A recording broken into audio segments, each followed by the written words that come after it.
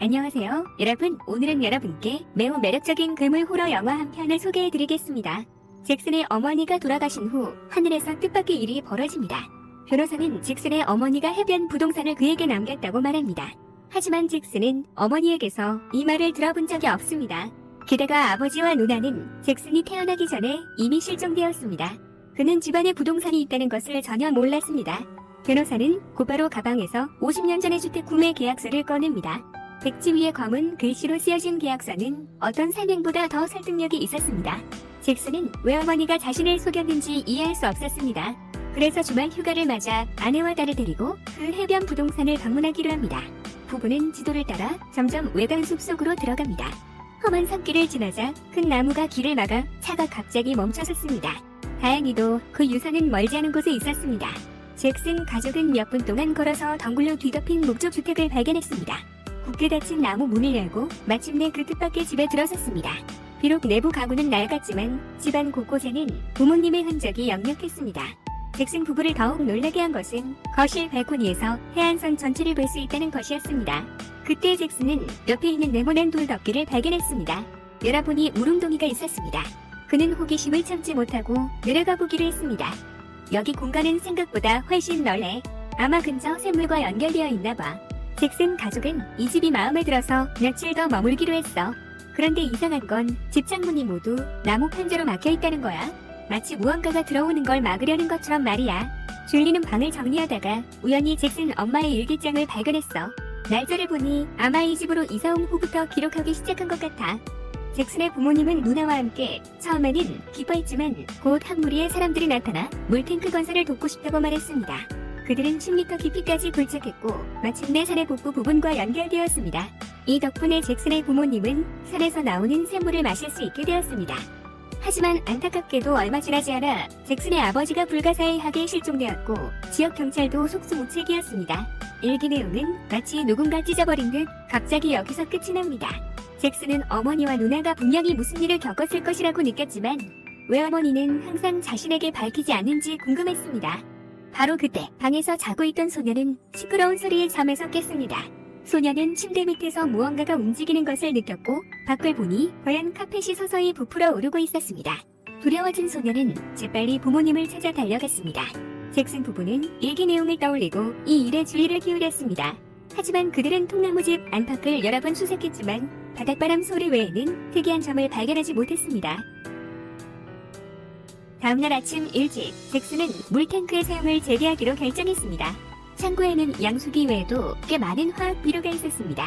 그는 이것들을 모두 인화성 물질이라는 것을 알아차렸습니다. 아내에게 신중하게 당부한 후 그는 다시 물탱크로 잠수했습니다. 이곳은 수년간 말라 있었기 때문에 잭슨은 자유롭게 걸어 다닐 수 있었습니다. 얼마 지나지 않아 탱크 끝에서 그는 물을 잠그는 스위치를 발견했습니다. 힘껏 알짜 샘물이 천천히 흘러나왔습니다. 바로 그때 잭슨은 스위치 뒤에 다른 세계가 있다는 것을 발견했습니다. 멀리 이어진 깊은 터널이 있었습니다. 그는 탐험하고 싶었지만 결국 포기했습니다. 왜냐하면 그는 이상한 물건을 발견했기 때문입니다. 그것을 가지고 올라온 후 생물학 박사인 그의 아내 줄리조차도 꽤 놀랐습니다. 그녀는 그것이 알려지지 않은 양서류 유충이라고 확신했습니다. 비록 아가미가 있지만 육지에서는 배의 골침이 다리를 대신하여 걸어 다닐 것입니다. 눈은 완전히 퇴화되었는데 이는 그것이 지하 동굴에서 오랫동안 살았다는 것을 보여줍니다. 한편 문에서 놀고 있던 애완견은 갑자기 물탱크 쪽으로 맹렬하게 짖었습니다. 그들의 딸릴리는 호기심에 다가갔고 수면에 큰 파문이 일어나는 것을 보았습니다. 잭슨과 그의 아내는 그 소식을 듣고 급히 달려왔습니다. 그들은 어떤 야생동물이 물탱크에 들어갔을 것이라고 짐작했습니다. 이때 한 부동산 중개인이 나타나 이 해변이 다른 사람에서 유지가 되었으며 상대방은 이 나무집을 매입하고 싶어 하지만 연락이 되지 않는다고 말했습니다. 오늘 우연히 지나가다가 집주인이 돌아왔다는 것을 알게 되었다고 했습니다. 잭슨과 그의 아내는 처음에는 통나무집을 팔 생각이 없었지만 중개인이 제시한 엄청난 가격을 듣고 즉시 흥미를 느꼈습니다.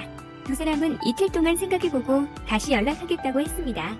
해가 질 무렵 영업사원은 마음속으로 기뻐하며 내일 다시 돌아와 자세히 논의하기로 했습니다. 웬일인지 출발하기도 전에 차가 무언가에 꽉 붙잡힌 듯 갑자기 멈춰섰습니다. 부동산 중개인은 차에서 내려 살펴보려던 참에 거대한 힘에 의해 몸이 내동댕이쳐졌습니다. 간신히 몸을 일으켰을 때 그 기이한 힘이 다시 나타나 그녀를 숲속으로 끌고 갔고 서절한 외침이 계곡 전체에 울려 퍼졌습니다. 깊이 잠들어 있던 줄리는 갑자기 몸을 일으켰습니다. 그녀는 밖에서 나는 소리를 희미하게 들었고 살금살금 아래층으로 내려가 확인해 보았습니다. 창문 밖으로 검은 그림자가 스쳐 지나가는 것을 보았습니다. 잭슨은 소식을 듣고 급히 주변을 한 바퀴 둘러보았지만 더 이상 아무런 움직임도 발견하지 못했습니다. 줄리는 방금 전에 본 것이 절대 환각이 아니라고 확인하며 남편에게 집을 최대한 빨리 팔아야 한다고 설득했습니다. 잭슨은 망설임 없이 고개를 끄덕이며 동의했습니다. 다음날 아침 일찍 잭슨은 원래 시원했던 샘물의 검게 변한 것을 발견했습니다. 아마도 물탱크에 문제가 생긴 것 같았습니다. 그래서 그는 다시 안으로 들어가 확인했습니다. 물에서는 마치 무언가에 휘저어진 듯한 썩은 진흙 냄새가 났습니다. 잭슨은 곧바로 양수기 쪽으로 갔고 샘물이 계속 흘러나오고 있다는 것을 발견했습니다. 아마 곧 샘물이 다시 맑아질 것입니다. 막 돌아서려던 찰나 갑자기 수면에 무언가가 떠다니는 것을 발견했습니다. 그는 즉시 아내와 딸을 불렀습니다. 그것은 다름 아닌 너구리 사체였습니다. 아마도 전에 보았던 검은 그림자와 물결은 바로 이 녀석이 일으킨 것이 분명했습니다. 그런데 너구리 사체를 감싼 천 주머니 안에는 목걸이가 들어있었습니다. 줄리는 그것이 낯익다고 느껴서 즉시 집으로 들어가 사진 한 장을 가져왔습니다. 그리고 이 목걸이의 주인이 바로 잭슨의 누나라는 것을 알게 되었습니다. 더 이상 의심할 여지 없이 누나는 아마도 이 근처에서 죽었을 것입니다. 줄리는 물탱크를 비우고 다시 한번 꼼꼼히 찾아봐야 한다고 생각했습니다. 잭슨은 고개를 끄덕이며 동의했지만 우선 마을에 가서 디젤류를 좀 사와야 했습니다. 그런데 막 출발하자마자 어제 그 여자 영업사원의 차를 발견했고 주변에는 핏자국이 흩어져 있었습니다. 남자는 마음이 철렁 내려앉았습니다. 그는 천천히 발자국을 따라갔고 곧 공포해지는 표정을 지었습니다. 풀밭 위에 여자 영업사원이 피투성이로 쓰러져 있었습니다. 잭슨은 구역질을 참으며 급히 차로 달려가 경찰에 신고했습니다. 그리고 아내와 딸의 안전이 걱정되어 서둘러 집으로 돌아왔습니다. 다행히 그들은 여전히 침실에 있었습니다. 잭슨은 전에 일어났던 일들을 이야기했고 아내는 즉시 이해했습니다. 그러고 나서 그녀는 버려진 창고에서 찾았던 것을 꺼냈습니다. 그것은 바로 잭슨 어머니의 일기 아랫부분이었습니다. 잭슨은 기대하며 일기장을 펼쳐보았습니다. 아버지의 실종 이후 잭슨의 어머니는 무언가가 집으로 침입하려 한다는 것을 알아차렸다고 합니다. 창문을 닫아도 소용없었습니다. 잭슨의 누나가 괴물에게 끌려가는 것을 목격한 후 임신 중이던 어머니는 서둘러 이곳을 떠났습니다. 다만 그녀는 자신의 후손들이 이 불운을 겪을까봐 걱정되어 집의 존재를 숨겼습니다. 잭슨과 아내의 이마에 식은땀이 흘렀습니다. 그래서 그들은 즉시 이 끔찍한 곳을 떠나기로 결정했습니다. 갑자기 밖에서 경찰차 사이렌 소리가 울렸습니다. 잭슨은 경찰이 도착했다는 것을 알았습니다. 하지만 몇 걸음 채 나가지 못하고 맹수의 울음소리를 들었습니다. 알고 보니 경찰은 신고를 받고 큰 나무가 가로막고 있는 곳에 도착하자 옆에 끔찍한 괴물이 나타났다는 것을 알게 되었습니다. 그는 마음속의 공포를 억누르며 총을 쏘려고 준비했습니다. 그러자 괴물이 갑자기 달려들었습니다. 그는 간신히 물리는 것을 피했지만 불행히도 날카로운 이빨에 다리를 다쳤습니다. 결국 그는 괴물이 조금씩 다가오는 것을 지켜볼 수밖에 없었습니다. 잭슨은 소리를 따라갔다가 피투성이가 된 보안관이 괴물에게 끌려 숲으로 사라지는 것을 목격했다. 그는 너무 무서워 숨도 제대로 쉬지 못한 채 집으로 달려가 아내에게 상황을 알렸다. 괴물이 차 주차장 바로 근처에 있어. 지금 밖으로 나가는 건 자살 행위야. 그는 호랑이를 유인해내는 방법을 떠올렸다. 아내와 아이들에게 방에 있으라고 당부한 뒤 창고로 가서 이나성이 강한 비료를 챙겼다. 그리고 몰래 물탱크 안으로 들어갔다. 그는 이곳으로 연결된 터널이 괴물의 둥지일 가능성이 크다고 판단했다. 여기만 파괴하면 괴물을 분명히 끌어낼 수 있을 거야. 잭슨은 터널에 안전하게 도착하여 깊은 숨을 쉬었다. 떨리는 손으로 도화선에 불을 붙였지만 안전한 거리로 물러서기도 전에 큰 폭발음이 들렸고 몸이 물속으로 곤두박질 쳤다. 갑자기 발밑에서 강한 힘을 느꼈는데 뜻밖에도 괴물이 물속에 숨어 있었다. 남자는 온 힘을 다해 반격했고 기적적으로 괴물의 공격에서 벗어났다. 지쳐서 물탱크에서 기어 나왔을 때 그는 또 다른 끔찍한 괴물을 보았다. 그것은 그의 딸을 천천히 끌고 앞으로 나아가고 있었고 그러고는 물탱크 안으로 들어갔다. 그 순간 줄라이의 아내는 밖으로 뛰쳐나갔다. 알고 보니 잭슨이 폭격을 묻을 때 줄라이는 침실에 숨어 있었고 괴물에게 공격을 당했다. 괴물의 힘이 그렇게 강할 줄은 몰랐다. 순식간에 커다란 문을 부수고 말았다. 줄라이는 반사적으로 램프를 사용해 괴물을 막아냈고 괴물이 그것을 두려워한다는 것을 깨달았다. 그러나 괴물이 물러날 때 어린 딸 릴리를 낚아채고 떠났다. 엄마로서 줄라이는 딸을 혼자 둘 수 없었다. 그녀는 급히 걸레에 알코올을 가득 부은 뒤 물탱크 안으로 뛰어들었다. 줄리는 이런 종류의 괴물이 오랫동안 지하에서 살았기 때문에 불에 대한 선천적인 두려움을 가지고 있다는 것을 알고 어느 정도 안심했습니다. 괴물이 그렇게 용감할 줄 누가 알았겠습니까?